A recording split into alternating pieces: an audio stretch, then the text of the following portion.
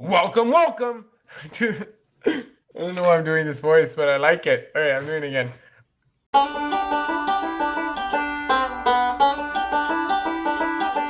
Welcome to this special 1 year anniversary episode of the Linen Suit and Plastic Tie podcast. This is the podcast where we dissect and analyze the power of storytelling and learn how to harness it to supercharge our everyday lives. I'm Gorav. And I'm Kevin, and as loud as Gorav usually is, this is yet another level of yelling. Yeah, I'm excited. Kev, how do you feel? 1 year. That's 1 year of 23 episodes, over 20 amazing expert storytellers from all different backgrounds and weird experiences. We had psychologists, authors, professors, writers, comic book people. It was a real eye-opening experience.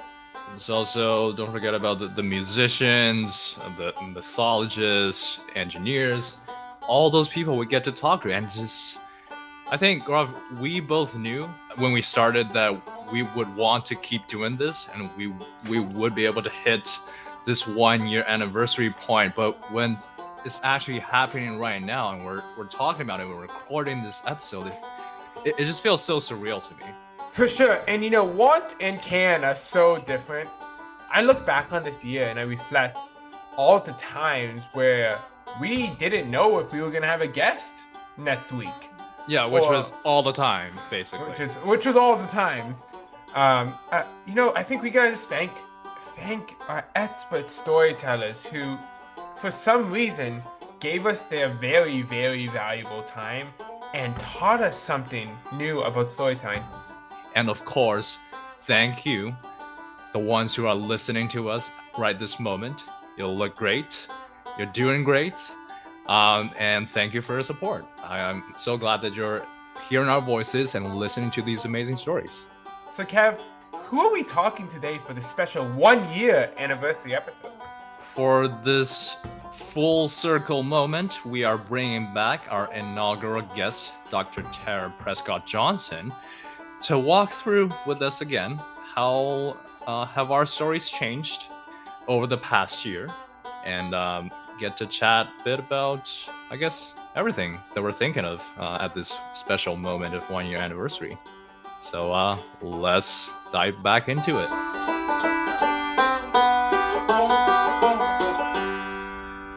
Dr.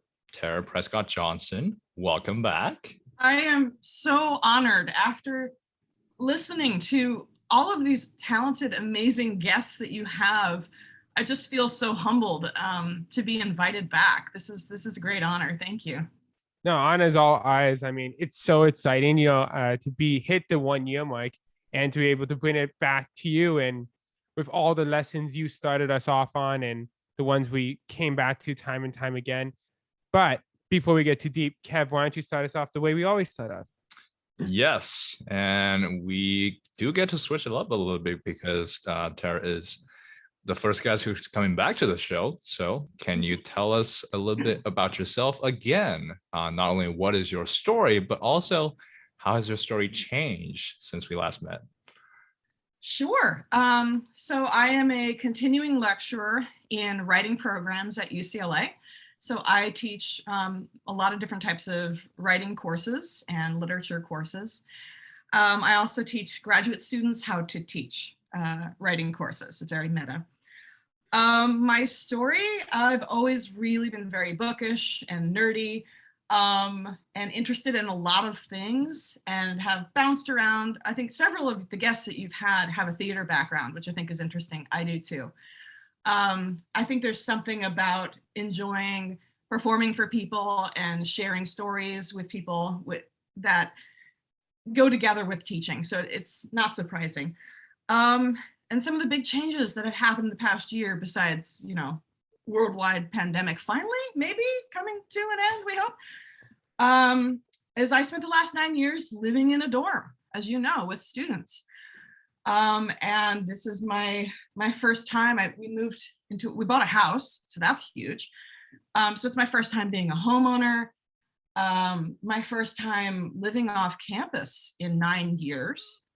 several of your guests have talked about identity shifts. I just had a big one, and I've got another huge identity shift. I can hear the clock ticking on that one. In December, I will be adding to our family. So you probably know I have a 3-year-old, and I will have a newborn in December. So that's the way things in our family go. We like to do major events just all at once. So yeah, that's what's been going on for the past year. But before we jump into your questions, which are gifts for me, I have a gift for you that's questionable. So I'm so nervous about I'm this. a little scared, not gonna lie. But also really quick, congratulations. That's Yes. so exciting. Oh my God. Yes. That's so exciting. yes. New house, growing family. That's great. I mean, yeah, it'd probably be hard to have 2 little ones living in a dorm. So good time for a move. I mean, it's going to be hard no matter what. But I can guarantee you there will be some stories that come out of this, and that makes it all even better. But okay, this is for you. Okay. All right. I call this Linen Suit and Plastic Tie, 22 episodes in 42 lines. Warning, steep learning curves ahead. Cue Johnny Cash. The origin of Linen Suit and Plastic Tie is tied up in a hitch. Slicing pizza into a pepperoni stock split, you didn't need high production value, just some sweet Dole Whip. The podcast Gold Rush, rushing through the airwaves, confidence deepened your voices. A podcast with flaws like Spider-Man in Oz makes it superhuman and relatable. Can making content make you content? A lot of these eps point to yes. Stan Lee's laziness led to ageless narratives, so make mine marvel. When the social media elephant in the room collects your data, and elephants can remember, does it take you back to an 80s bar where everybody knows your name? AR killed the video star. AR killed the video star. On my phone and in my car. 23 apps, you've come so far. COVID came, Zoom broke your heart, but Tesla's engineer can design your car. Remember, if it's not serving you, write it out. Save your water for the good plants. Capitalism is a story that no longer works, but together we can learn to write a new one, a true one. So what's your story? And how do you solve a problem with Sophia? How do you feed a dog that is a chomper? How do you find a guest host like Sophia? NFTs, bagels, please, Gandalf in a romper. If the best stories have yet to be told, I can't wait to see what season 2 has and will hold, because every episode has a piece of you, Gorav and Kevin, and that becomes a piece of us, the listeners. And this is a note from me to you. Happy anniversary. That was amazing. Honestly, that was spectacular. I am no words, Speechless. and I am very not often speechless. Yeah. That was awesome. I am speechless for sure. I have a cheat sheet that shows all the references to all the episodes. It probably would be even better if it was revised. No, that was perfect. That was amazing. But scrappy and by the seat of your pants and working with what you have is what this podcast is about. So that's what I'm going to go for. Yeah, I appreciated that so much. I loved all the little callbacks and all the ways it was tied together. I mean, we talked about this a little bit early on. I mean, it's the idea of every expert is so different and so unique and brings some weird thing, but they all tie together so well in the same way. And it's funny because I was talking to Kevin earlier about storytelling, and like the whole point of this was to ask the question, what is storytelling? Understand storytelling. And I probably understand it less, if that makes sense now, just because we've gotten such a deep understanding of how vast this topic is. And I feel like I can talk about storytelling all day now, but I have a much deeper understanding of how important and big the topic is itself. Mm-hmm. It's kind of like we're at the step of learning that is, we know how much, or we're starting to realize how much we don't know about a certain topic. Well, that was actually one of my questions for you. One of your guests had said that you need to sort of create your mission statement when you're making a product or something, and then over time adjust it and revisit it. And I've seen over the scope of your episodes, you've created some rules for yourselves. They're going to be 20 minutes. No, they're going to be 30 minutes. Nope. You know what? Throw that out the window. 2-parter. They're going to be recorded. No, they're going to be live. It's going to be about business. No, it actually doesn't have to be about business. So I'm kind of curious, now that you can wrap a bow on season 1, what will you change for season 2? Like, what new rules might you try or break? It's funny because every single one of those things you pointed out was a deep fight between me and Kevin. Oh yeah. Oh yeah. And what's great is it's also one thing I want to tie back way to the first episode we did with you, was this idea of constraints and Yes. working within constraints and storytelling within constraints, and how important constraints actually are, and how they can incite some of the most creative things, because it allows you to be a little bit more focused and it allows you to do things differently and be creative. So we know the importance of rules. That's what I'm trying to say as you listen to the season 1 that had jumping between them. We know the importance of rules, and we know that rules have helped us a lot, like making sure that we have, intro, content, top hat, suspenders. Like, we have all these aspects that we know we have to hit. It allowed us to be more fruitful. And it's like in the first episode, we recorded with you for like 2 hours. That was insane. I'm so sorry. I No, didn't that was realize- us. No, that Like, was we had us, dude. no plan, and we realized immediately after this makes no sense. And then we structured it, and then it got better, and then it allowed us to be more focused and targeted. So Wait, what are you going to do to stop that from happening today? I have no idea. I think we're gonna try to keep it to an hour. We're gonna do an hour. I think that's what we've been trying to do. We're gonna do an hour. But the first thing you brought up in that list was the time. 20 minutes and 30 minutes and 40 minutes. And the idea was, after the first few episodes, was that everything was going to be 30 minutes. And then story times were going to be 45 minutes. And story times were going to be the times where we can break all the rules. Because we can do them live. We can do it where Sophia hosts half of it. We can do weird things like that. This was a deep fight between Kevin and I. Because Kevin, we share a lot of responsibilities, but near the end, Kevin started taking on more and more of the editing responsibilities. But it's this fight because I wanted us to be a little bit more constrained, a little bit more digestible, a little bit shorter. And Kevin's like, this needs to be 6 hours. And I'm like, well, it can't be. So it's one of those things where we've debated a lot, and we know we're going to go into season 2 with a longer episode format. To give stuff more room to breathe. And I think it started out with me being a little afraid to let things breathe. Like, I was really worried people were going to drop off and not listen to the whole thing. And I think Kevin had a little bit more confidence in it. And I think now I do as well, and which opens up to 45 minutes. First of all, for our listeners, fight is a very metaphorical term we're using. We came out unscathed.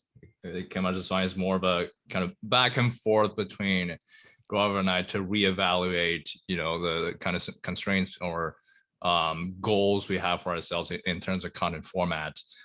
How much we like that with respect to the great conversation that we have, and I think it really still aligns with the fact that this podcast is a huge learning process for ourselves.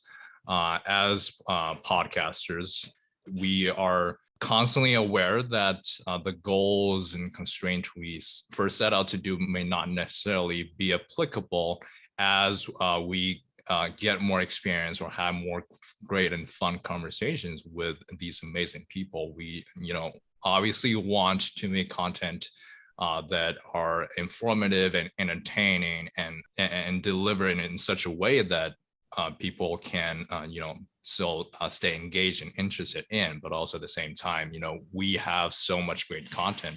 Another thing to this is the constructive aspect and the beauty in this disagreement between me and Gorav is that we have different perspective on things, but we trust each other so much and we work towards the same goal. So we're able to have this discussion on a lot of different things so that we can, push each other forward and steer this podcast into a direction that we both really enjoy. So, yes, season 2, we're probably going to have a longer episode format, but also who knows, maybe we'll have even more unexpected role changes, hopefully more planned out than season 1 was, but we'll have to see.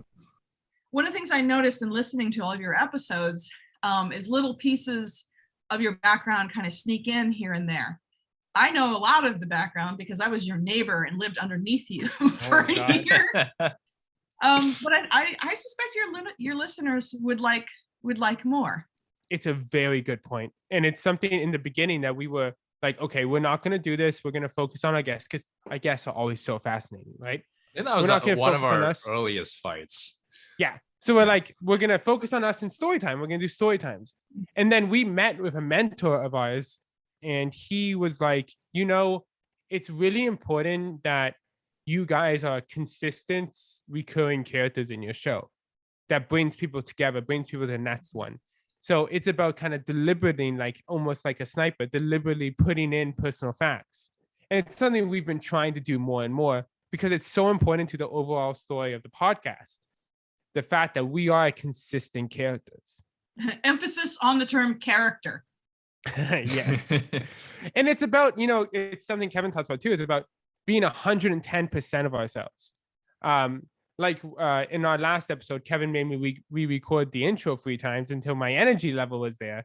And that was one of the biggest feedback we got from the last episode was, wow, that intro got us. So being an audio forward person, it's something we talked about a lot with Avery Truffleman, is about being a character of yourself. And it's something we learned through the podcast, through the people we talked to. I think Gorav and I have discussed that a lot from the very beginning.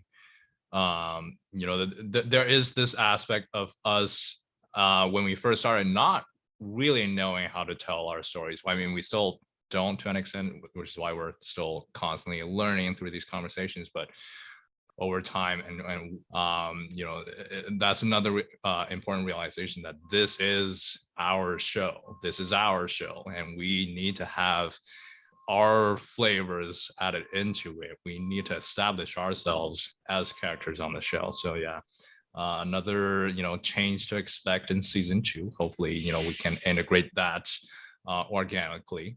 Thank you so much for all that. I mean, this is exactly what we wanted. Yes. From you as kind of like our storytelling professor. I think that's what we deemed you in the first episode. And it's great feedback. Some stuff we've talked about, some stuff we haven't. And it's that kind of idea that we're constantly trying to learn. And through this podcast, we just want to learn more about what is storytelling. And along the way, we still have no idea. So it's great to get feedback. Thank you so much for listening. But I would love to turn that question on you as well. What is storytelling? So I've been thinking about that. It is the oldest form of transmitting a piece of yourself to somewhere or sometime or someone else. And it's entertainment, it's knowledge, it's love, it's a way to pass the time, and it's a way to spend a lifetime. I love what you said about like the oldest, because, I think storytelling, it's something we talked a lot. I keep referencing old episodes because it's all I can think about recently, but it's something we talked a lot with John Booker about old stories and how they're changing, but there's still so many core fundamentals with different cultures and different times about communicating information. And it comes back to like, I'm very interested in mythology. And that's because the original myths, these stories, Greek mythology, fairy tales, all had very poignant purposes of teaching us something about the world. And that's what I love about storytelling. And it's everything storytelling. Like before we had scientific reasons for things, we had a myth for it. Like we had a reason why it rained. We had a reason why Delphi could tell us these mythical things. We had stories as reasons. So I love that description. I love that idea. And you can see that I love geeking out on storytelling. One of your guests was talking about the didactic function of stories, like especially fairy tales. So originally to teach children very important lessons for how to survive and how to like cope with life. They got sort of watered and changed and Disneyfied, although we love Disney, over time. We do love Disney. Don't come after Disney. us. We promise.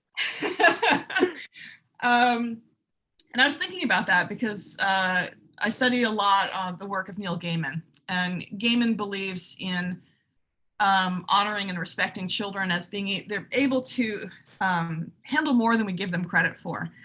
So as I mentioned earlier, I now have a 3-year-old, and I think a lot about the stories I read to her. And because she can't read yet, I sometimes will edit the books as I'm going. If I come across something, not for scary purposes, usually sexist purposes. There's a lot of sexist books on our bookshelf. Sometimes I sneak and get them out of here when she's not looking. But I'm much more aware of how important stories are to a young person, and the way that she uses them to express the way that she's thinking or feeling when she can't express it in her own language yet is fascinating to me. This is a side story. I promise tangents. My little girl's Molly, and Molly is obsessed with Minions. Like we had a Minion donut party last weekend, in which we all dressed as Minions and ate donuts and had a bounce house, which was amazing. But one of the really interesting things is that Molly has never seen Despicable Me, any of the Minion movies, cartoons. I haven't either. And she had, for whatever reason, maybe it's like amazing marketing, maybe just because they're so friendly and yellow and bright, who knows? She loves these things and has created this really rich imaginary world of what her different stuffed minions do and how they live. They have helicopters, by the way, and they drive convertibles. As soon as she learned what a convertible was, Minion has a convertible, which was our way of knowing, okay, Molly's into convertibles. And she just like has these really rich stories she makes up about what the Minions do. And so my partner and I, before this party, were like, well, should we watch Despicable Me? It's a little strange that we're dressing at these characters that we don't actually know what they're like. And we're worried that it might be disappointing, like that the real thing may not live up to our 3-year-old's imaginary version of Minions. So she's creating stories without knowing that she's doing it, without knowing what any of the rules are. And they're compelling enough that we're following them and don't even kind of want to see the source material that somehow inspired them, despite the fact that she never saw it. There's so much to unpack there. One thing really quick off the bat, I love Neil Gaiman as well. I did finish his masterclass very recently, loved it. It's great throughout becoming more engulfed in storytelling, watching these different masterclasses and watching these different storytellers talk and seeing the similarities. And I think Neil Gaiman is obviously a genius, obviously a really good thinker. And what I loved was him talking about comic books versus novels and finding those grooves, because we talk a lot about that on the show. And then tying it back to kids, we've talked a lot, a strange amount actually, about the importance of storytelling to children. Yeah. It was never a main tenet, I don't think, but we talked about it with Kevin Burke, we talked about it with Dr. Andrea Letamendi, we've talked about it with a ton of different guests, because it's how they experience the world. And it's again why representation is so important. I like that you gave yourself permission to make a podcast instead of waiting for someone to tell you that you were good enough to do it, or that you were interesting enough to do it, or that you just gave yourself permission to do it, which is huge. Yeah, sure. And something funny about that is I feel like I spent the first 3 or 4 months of the show still justifying it to people. It's like, oh, I have a podcast, but this is why, or we don't know anything. And and that was a shift for me where it's like, I have a podcast, this is about, I think it's really interesting. Like shifting from being like, oh, I have a podcast. Well, it's because I was looking for a creative outlet and I don't know what storytelling is. And I was interested. And that shift from having to justify it to other people, like, oh, I don't think I'm cool enough to have a podcast, this is just why, to being able to say, this is it, this is why I do it, I think it's really interesting, was really a big shift for me. I think your episode, What the F is a Finfluencer? What I really appreciate was he was talking about sort of like how democratic the process is that, if you were talking about, say, film, the barrier to entry was actually quite high. You needed all these people, you needed this enormous budget. And there's something so liberating about, being able to just record your voice on a phone at the very lowest level.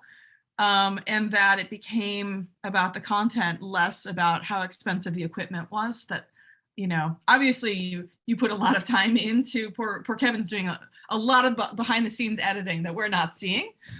But the barrier to entry is a lot lower, which gives a richness to the amount of people who can try these sorts of things. And I thought that was really interesting to hear in that episode. I think given that kind of how democratic content creation gets nowadays, the biggest barrier that we had was more internally. We kind of had to justify us having zero experience starting podcasts for ourselves. But I think for me at the time, it was easier almost because it was just one day Gorav calling me and said, hey, let's start a podcast. And immediately in my head, I went, okay, here's a simple question. Do I want to have a podcast or would I rather not have a podcast? And then the answer was simple to me. And we just sat down and we got to do it. And really, I think it would not have been possible without this guy right here taking the initiative. So I haven't been saying that enough to him, but I really appreciate Gorav for coming to me with this idea for taking that initiative and starting this all. I mean, that's giving me way too much credit because idea is a strong word. I think because I didn't have a name. I didn't really have a thought idea. I didn't have a format. I came up with a name on a first try. Kevin came up with the name on the first try. I had like 6 terrible names, and Kevin's like, damn, that's good. But there was so much that wasn't developed, and I think the most important thing when you start a podcast is people when we have a lot of coffee chats now with people who want to start a podcast, and we're like, I don't know why you're coming to us, but sure, we can pretend like we know what we're doing. And we're like, we start walking people through it because we're very open books. We're like, this is what I do. And I think people don't realize the time aspect of it because people assume we're just recording conversations and publishing conversations, which we are. But people don't realize how boring parts of conversations you have can be. And this is really important because we have really good conversations with our friends. We have really deep connections, but in between those moments of deep conversations, there's a lot of just nothingness where we're like, yeah, cool, yeah. And that's the difference. It's the same thing with writing, is that when it's done really well, you don't see the seams. It looks like it just flowed out of someone, perfect. And the more easy it seems, the more that someone put a ton of time into it. Yeah, I mean, it's running a small business, and we balance each other out really well in that aspect where Kevin pulls me back on a lot of really strange tangents and ideas and helps me structure a lot of stuff. Yep. And we've changed the show a lot because of that, and it's grown a lot with us, which is really, really cool.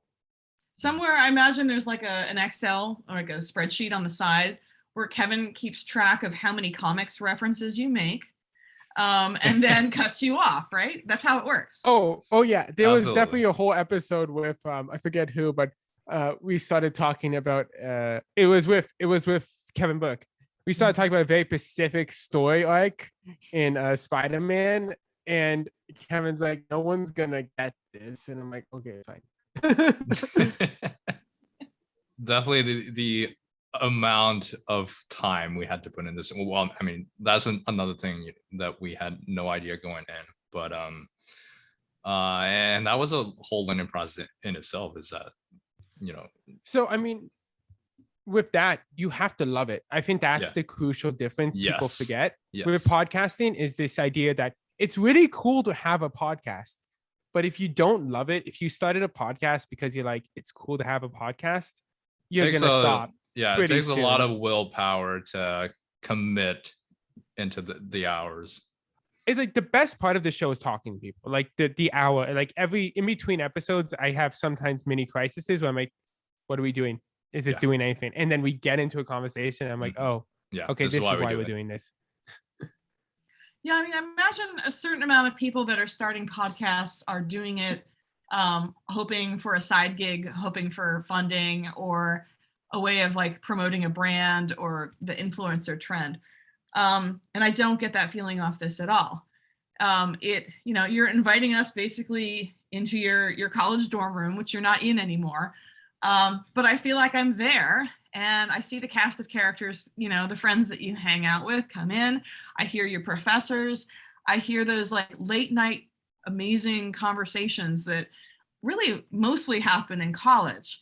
And it feels like that. And I love being able to revisit that no matter where I am, because it's very difficult for, a mom with a 3-year-old and one on the way to stay up to 1 or 2 a.m. talking about the finer points of Endgame.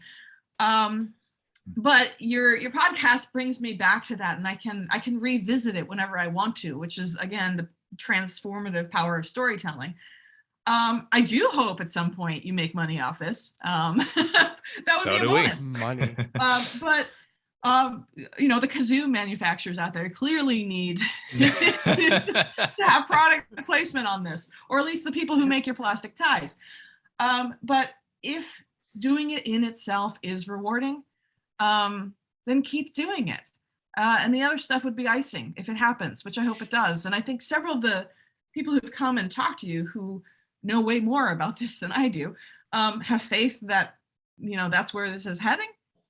But I think you've already succeeded, like beyond your expectations, what you've created in just the first season.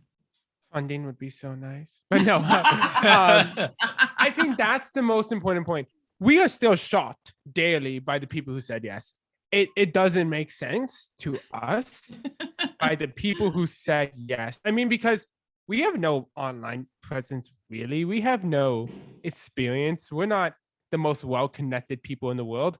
We're not using the brand of a university or using the brand of a company. We are just two people who are emailing people. And because of the kindness of strangers, that's all this is, the kindness of strangers. They're letting us ask dumb questions. And that's what I feel I'm most grateful for, is the people who gave us their time when, one, they don't have time to give, and two, they're just insanely smart. Like you, for example, who has another kid on the way, already has a kid, super busy, full-time professor, but giving us your time is just, we're so thankful for that. I hope everyone knows that. Yeah, we definitely so appreciate every one of our guests for talking to us, spending the time and lending us their stories and knowledge and wisdom. And as Gorav said, every one of them has great, really fun and like so fun is it seems impossible types of interesting life stories. And we didn't even get to talk about this about you, Tara, but you volunteer dives at Aquarium of the Pacific weekly, and you've hiked the Appalachian Trails by yourself, which, wow, how do you even do that?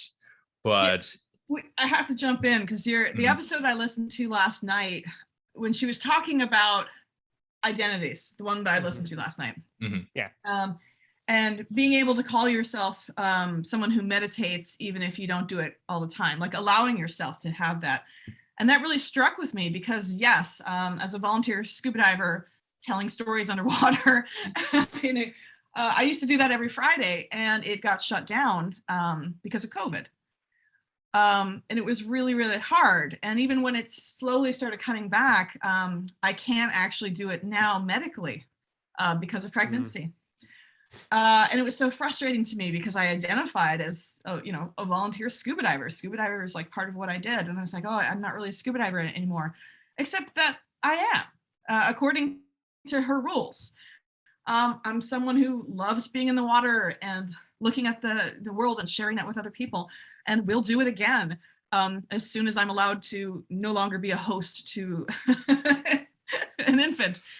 I did go snorkeling in Catalina a couple of weeks ago. Boy, the water's cold. And it was as close to scuba diving as I could get. So I really loved hearing that, like giving yourself the permission to keep having that identity, even when things prevent you from doing it. I mean, yes, I love solo backpacking the AT. Probably couldn't do it right now because I'm carrying, basically the whole backpack of weight on the front of me, in addition to the pack. But it doesn't change that I'm an AT hiker. One of your guests, he was just referencing his father being the the stunt coordinator of the Ewoks. Like, that was one of my favorite tidbits. And he talked about the AT-ATs or the AT-STs. And my AT trail name was AT-AT Walker.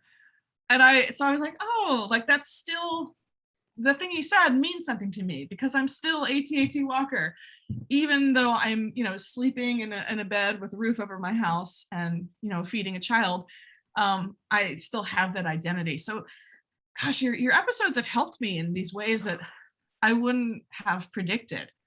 Thank you for the people that you have picked are just fascinating to listen to. Oh, thank you for saying that. That means so much to us. And I mean, Yes. we spend a lot of time spamming people's inboxes, but the people who respond are just the best. And, it's something you brought up was labels. And labels is something we've talked a lot about on the show. Again, not purposely, a byproduct of the show. We talked about it with Sarah Nurabi. We talked about it with Dr. Sahara Youssef. We've talked about it throughout the show about how labels have a power of limiting us. And I was always thinking about, okay, so labels are bad, limiting. And then when we talked to Sahara, we talked about how they can also empower us. And then coming back to the podcasting is like being able to call ourselves podcasters was really empowering in a sense because it gave us a little bit of like legitimacy to be like, you know what? We have an audience. We think you're really great. And, if you're willing to give us our time, we think we could have a great conversation. And that was a really interesting kind of label shift for us because labels are such an important part of our society and they're not going anywhere and they shouldn't, but we have to use them correctly. And I think another side to what we're doing on the show, which I think is very important, along the lines of labels, is that by hearing about the stories of our guests, we get to learn about them beyond the labels that we see on their personal websites or LinkedIn profiles. And through the process, you get to realize, oh, we knew that these are unconventional experts, storytellers coming into conversations, but they're also such amazing human beings in so many different ways. And they like these many different things that you don't expect from like these people who typically have these labels. And that I think is another really powerful thing of us doing this show, is really celebrating people's stories. And I'm just really glad that we're able to do that. I'm going to peel back the curtain for your listeners a bit. So you sent me 10 questions ahead of time. Mm-hmm. I think we answered 2. So you jettisoned the rest, which I understand why. But I'm going to take one back, and I'm going to take question 9 that you sent to me. And what is something we can do to become better storytellers? And for the audience, I'm going to say, listen to this podcast. Try summarizing it to someone else. So there, I just hijacked your podcast. No, yeah. I mean, thank you so much for that. Yeah.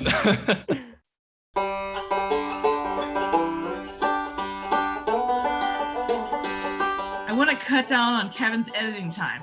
So, what are your tricks for keeping it shorter? What's the big cane that like comes out and hooks around my neck and pulls me off stage so that you don't spend the rest of the day editing? Suspenders. We don't have a cane, but we do have suspenders. So when we get close to the 1 hour record mark, I'll be like, okay, at this time you got to pull out suspenders. To be aware of our guest's precious time, let's do suspenders. We ask you a fun random question that's unrelated to anything, and you can give us any fun random answer you feel like. And since this anniversary special, we could do it all together if we want to. The question goes, if you were a ghost and could possess people, what would you make them do? Wow. This past week, a TA in one of my classes randomly stood on his head and started singing ballads from the 90s. I was not expecting that. It was amazing. So if I were a ghost and I could possess people, I would make everyone stand on their heads and sing ballads from the 90s. That is amazing. That's a great answer. I was going to say dance because that's what ghosts all seem to do in the movies. What I would want to do is I would possess people and I would make them walk to somewhere beautiful, like a beach where they can watch the sunset, or a bench where they can sit by themselves, or sit on the grass and look into the sky or something like that. And I'd actually give them the control back over their own body, but I would stay in their head and I would ask them, hey, I'm a ghost, but what are your demons? See, this is why you don't let Kevin go last. Every time. Yeah. Another fun suspender behind the scene. This suspenders came from a game that Kevin, Sophia, and I play in like our weekly calls, where we have like these mindfulness questions, and we pose them to each other. And that's where suspenders came from. So you can't let Kevin go last. I know this because it always is way too deep. No, you had an episode where you like, what do you want? And you're like, I want a dog. And then Kevin goes. And there's nothing wrong with your goal being having a dog until Kevin goes. Yeah. This all came from a game that Kevin, Sophia, and I play, and we know not to let Kevin go. But anyways. Wait, is there an update on the dog? Because I'm also on Team Sophia on this one. I mean, Sophia's very anti me getting a dog as a whole. She doesn't think I can handle it, and my mom's also on that side. I've been moving, but right now it's one of those things that I've talked a lot about that I'm gonna goat myself into doing probably in the new year. It's just because I've been moving and I'm traveling a lot for the rest of the year. Have you successfully kept a plant alive yet? I've never had a plant, no. Start with a plant. Start with a plant? Okay. God, this is getting disconcerting. This is our top hat. Get a plant, Gorav.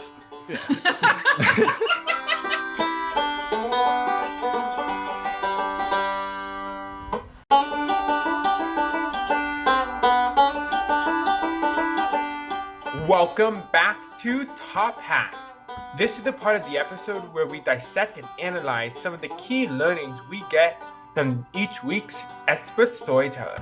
And this one was a special one because we brought back Dr.Prescott-Johnson. And with her, we reflected on our first year in the podcast. It was such a deep and interesting conversation. And Kevin, I want to ask you, reflecting back to our first episode, what were some of the key changes you think we made that really helped us get to this 1 year mark?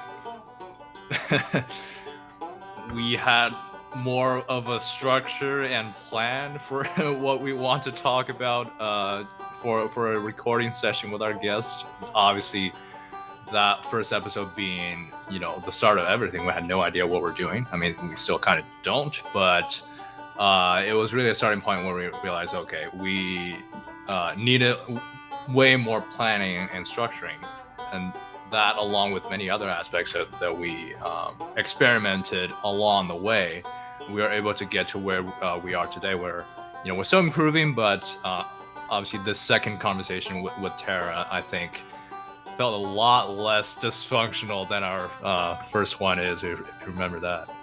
For sure. I mean, and yeah, structure is everything. I agree. I think our first conversation with Tara, we recorded for like 2 hours. We had no idea what we were doing. She had to write, so how are we going to end this? Now, we stick to a schedule. We have a plan. And even though we really let our storytellers drive the format and the flow, we are still very structured in our approach. And that has changed everything from an editing standpoint, from a listening standpoint, from a flow standpoint, from a theme standpoint. So yeah, structure has been a big key. And then I think the other one is just learning the ins and outs of podcasting from a technical standpoint. Learning how to edit better, learning how to use the mics better. And still, we are so far off than some of the really expert storytellers that do this. But these little changes we've made have made a big difference in running our show. And learning how to balance it. Learning how to balance it with our lives and our responsibilities. Not feeling as a job, but feeling as an outlet where we can explore storytelling. But I know we don't want to get too deep into this yet. In our next episode, it's going to be our season finale, episode 25. We're going to go farther than just a one-year reflection. We're going to dive deep into some of the key learnings we got from storytelling as a whole. And what's the future of podcasting for the Menon student Plastic Tie? What's the future for us? We're going to start to scratch the surface on that as well. Keep an eye out for our season finale. And in case anyone has been curious, as a bilingual person, I dream and think in both languages I speak. This has been another episode of the Linen Suit and Plastic Tie podcast. We love you. We appreciate you. You're amazing. You're doing amazing.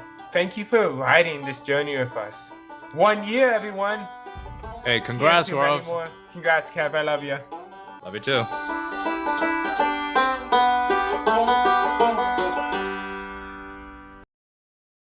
This is Linen Suit and Plastic Tie.